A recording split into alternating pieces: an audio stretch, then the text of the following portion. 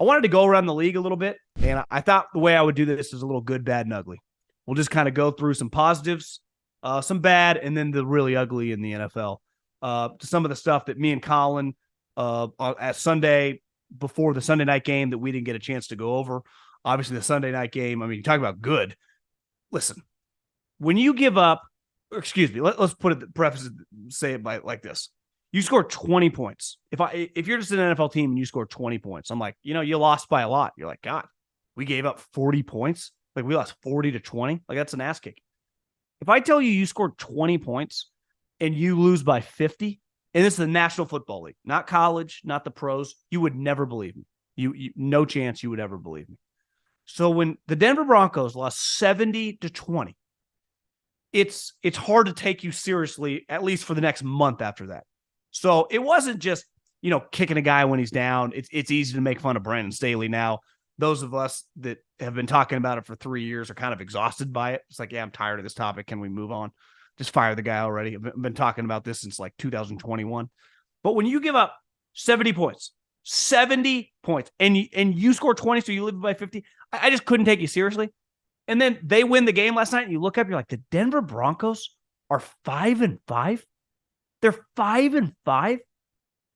I mean, you got to give the guy some credit, right? Sean Payton, who I thought was kind of losing his touch, was into all this weird shit, like making guys not wear sunglasses on the sideline and no sweats or whatever his rules were, no backwards hats. It was just in the preseason about all this weird shit. And then the way the season started, and then Vance Joseph was defensive coordinator.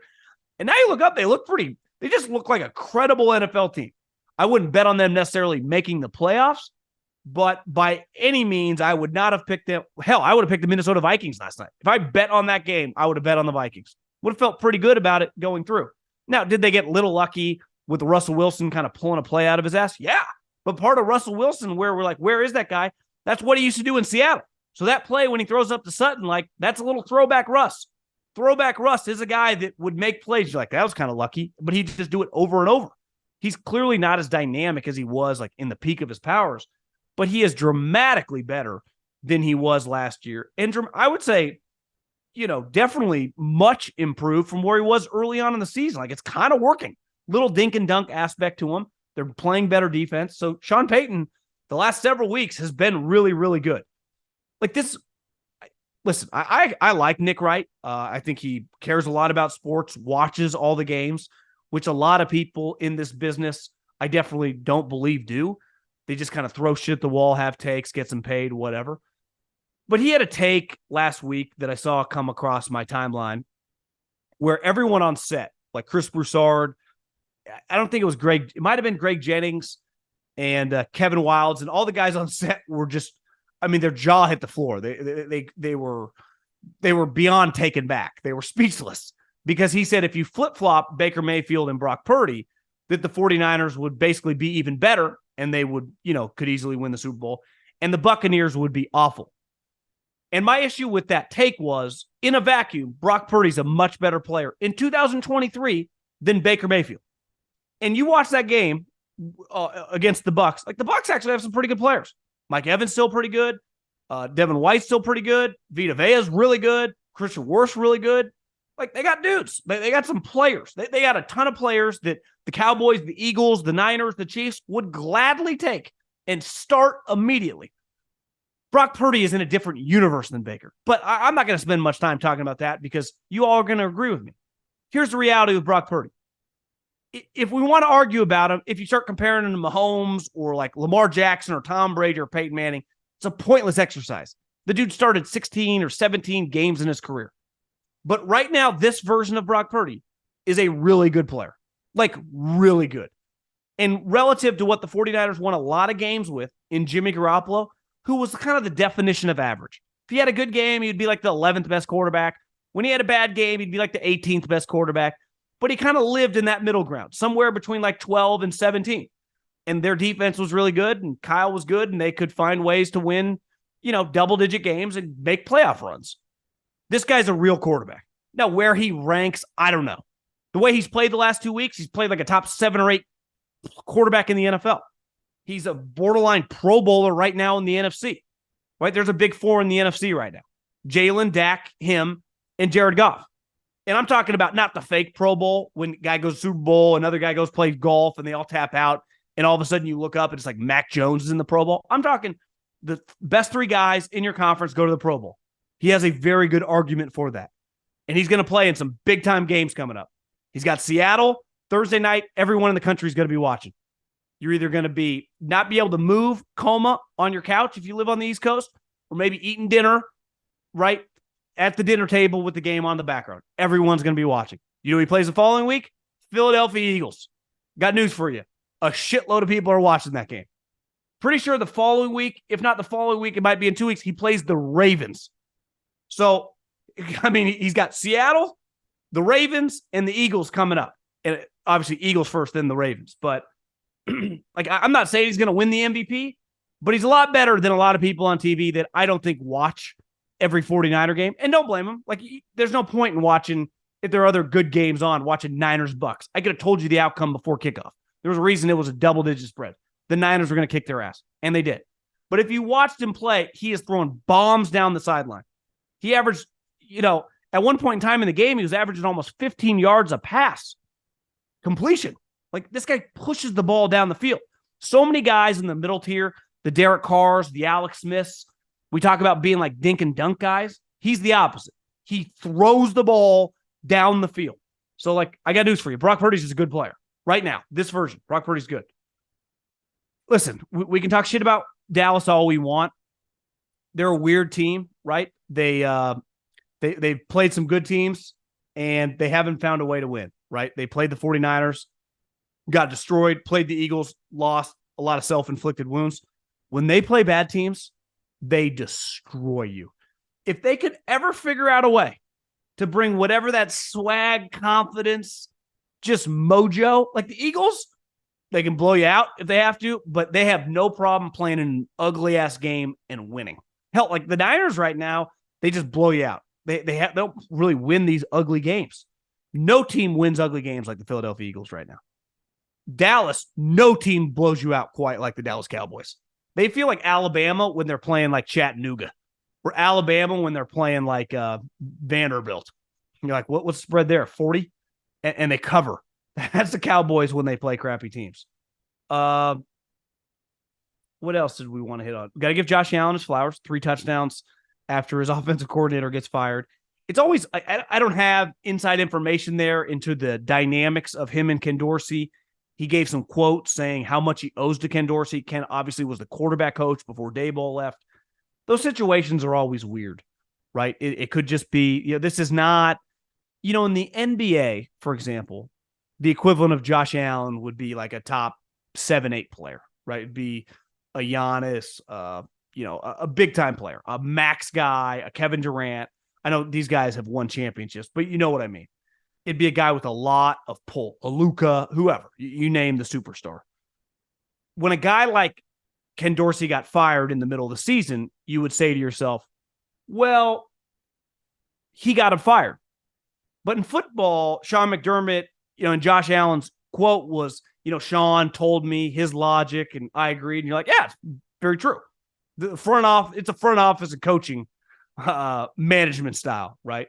So it's hard to truly know, but solid start for Joe Brady. Now it's Bills-Eagles. Pretty big game Sunday.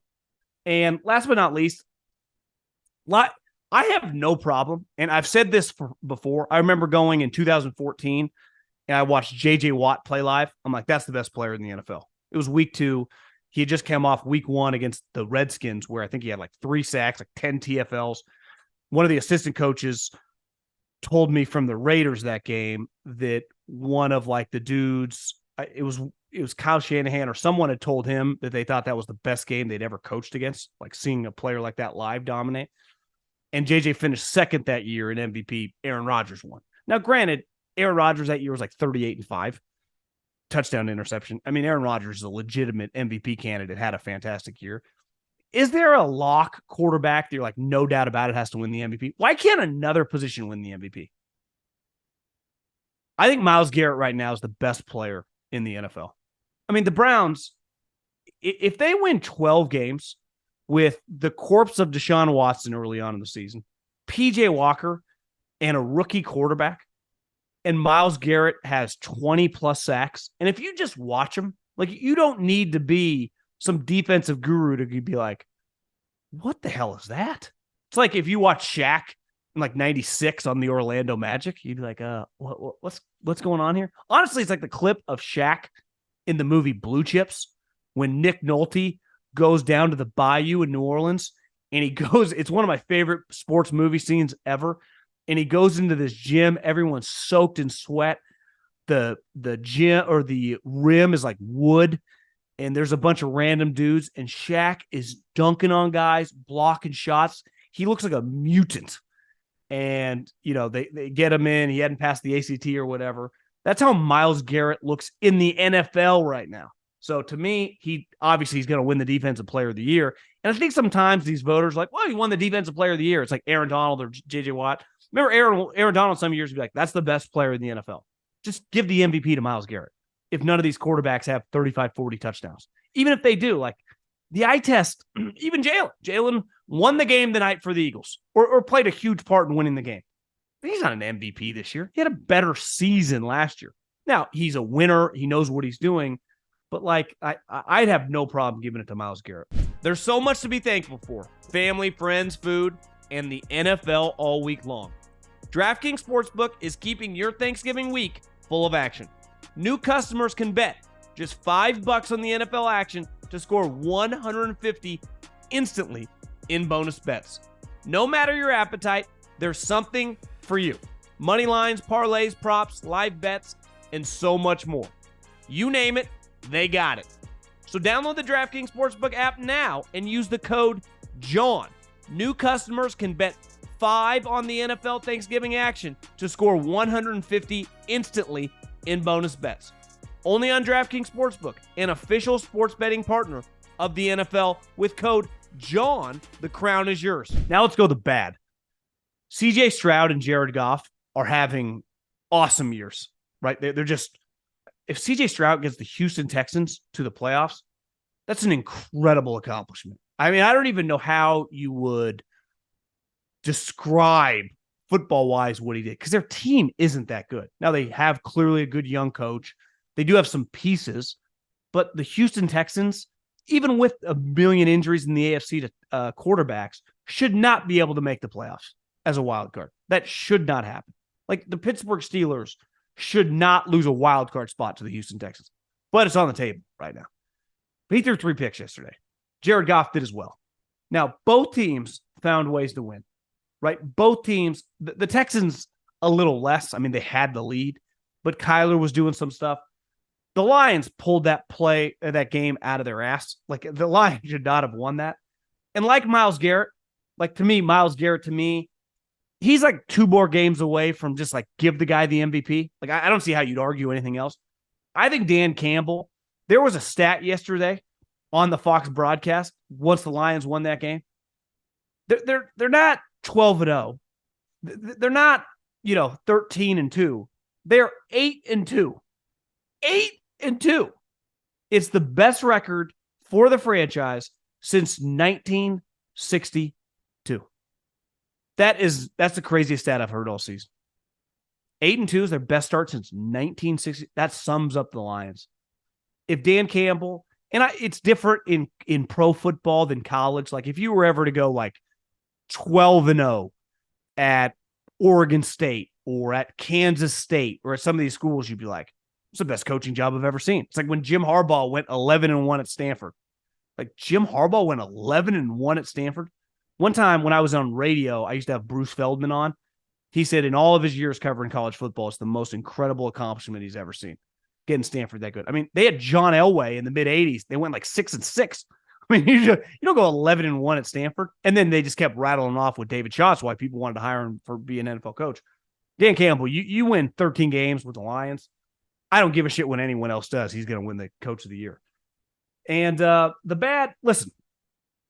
Bears were winning all game. I'll give the Bears some credit. They're playing really hard, and they easily could have won that game, but they lost. So it's an ugly loss because it was going to be difficult for you to lose, but you found a way to lose, and you almost found a way to lose by a lot more. Luckily, it was a safety and not a touchdown toward the end of the game with Justin Fields. But ultimately, it's a positive. Like, if you're the Bears at this point in time, you do not want to win these games. It's pointless. But the best way to tank in the NFL, which doesn't exist, we talk about all the time, it's impossible. Everyone's trying, is to just give the fans an incredible kind of ride and then lose, right? Because what is the difference of going 5-12 or 3-14, right? Maybe a field goal here or a fumble there. You might as well lose those games if it means getting a quarterback or just giving yourself more options. Let's get to the ugly. I watched the majority. I mean, basically every snap. I was dialed in. I had the sound on. I had one of the 4 boxes, but I had the sound on the Browns-Steeler game. And that was just good old-fashioned AFC North football. Dude's getting crushed. Myles Garrett crushing people. TJ Watt crushing people. Highsmith crushing people. Love that style of football. Was difficult to watch Kenny Pickett. Like, I wasn't expecting much of DTR. So when he's struggling or not being able to move the offense up and down the field, no shit. He's, a rookie who I don't have high expectations for. But Kenny Pickett, first off with the Steelers, and I think any Steeler fan, anyone that gambled on the Steelers as I did, and anyone in fantasy football that has Warren on their fantasy football team, every time that Tomlin, Canada, who's ever in charge of the running back coach, takes Jalen Warren out of the game for Najee Harris, you want to put your fist through a wall. I had a decent amount of money on the Steelers, and I felt pretty good about it, especially when they tied at 10-10. I'm like, they're going to win this game. And they kept rotating their backs. Like, stop putting Najee Harrison. Jalen Warren, this guy looks like a star against one of the best defenses we've seen in recent memory. He's running all around. And they kept yanking him in and out of the game. And every time he was in the game, he'd have a 15-yard screen pass. He'd bust a fucking 9-yard run. And then you look up, he's coming off the field. I'm all for a guy getting a breather, but it was not your normal breather. It was like, oh, we're rotating. Stop rotating. Your quarterback stinks. Kenny Pickett was awful. I mean, was really bad. It looked a lot of times, it's one thing to miss passes, which he did. It's another thing. It's like part of Kenny Pickett has to be, I got to win with my mind. It was Mac Jones's thing. You can't make bad decisions. You have to be on the same page with your wide receivers. You have to master your playbook. And there were countless times where he'd throw the ball and no one would be there. It was like him and the wide receiver are not on the same page. It's like, this is, if I'm Tomlin, whether it's Canada, whether it's Pickett, whether it's what, this is a disaster. Now, ultimately, I've seen a lot of people dragging this guy like he's Zach Wilson. I think he's better than Zach Wilson. He's also playing easily the best defense in the league. So it was going to be difficult. He looked worse, though, than I imagined. Embarrassing performance. Now, what are you going to do? Bench him for Mitch Trubisky? You don't really have any other options, but that's a rough one because you draft this guy in the first round. It's one thing if Kenny Pickett was like, hey, we just found this guy in the 4th round. We'll figure it out. You draft this guy with his 20th overall pick. You drafted this guy to be, let's face it, your franchise quarterback. Newsflash, he's not. Obviously, a guy who's not their franchise. Zach Wilson is awful. He really is. He's a pitiful player. He's really, really bad. And sometimes, like, I say this all the time. I think sometimes it's like you're just talking shit about NFL players. I have nothing but respect. It is so hard to make it to the NFL. It's not hard to become an NFL assistant coach. It's much more difficult to make an NFL roster, to play special teams for a year, let alone to get drafted high and become a starting quarterback. But then you got to play, and like, are you good enough? And I've seen countless players say this, and they're so right, that if he played any other position, right, if he was a guard, if he was a linebacker, if he was a kicker, whatever, he would never play. But because of where he was drafted and the position he plays, he has gotten probably more chances for a team that has a lot of talent than the overwhelming majority of players in the NFL, including a lot of quarterbacks, would have gotten. But it's become an embarrassment. Now, they benched him. I would say he's played his last snap for the Jets, but I thought that last year, after he blamed like everyone else except himself, and then all the other quarterbacks got injured. I mean, they can play Tim Boyle. They can play Vinny Testaverde. They can play, what's his name from Marshall, Pennington. It doesn't matter.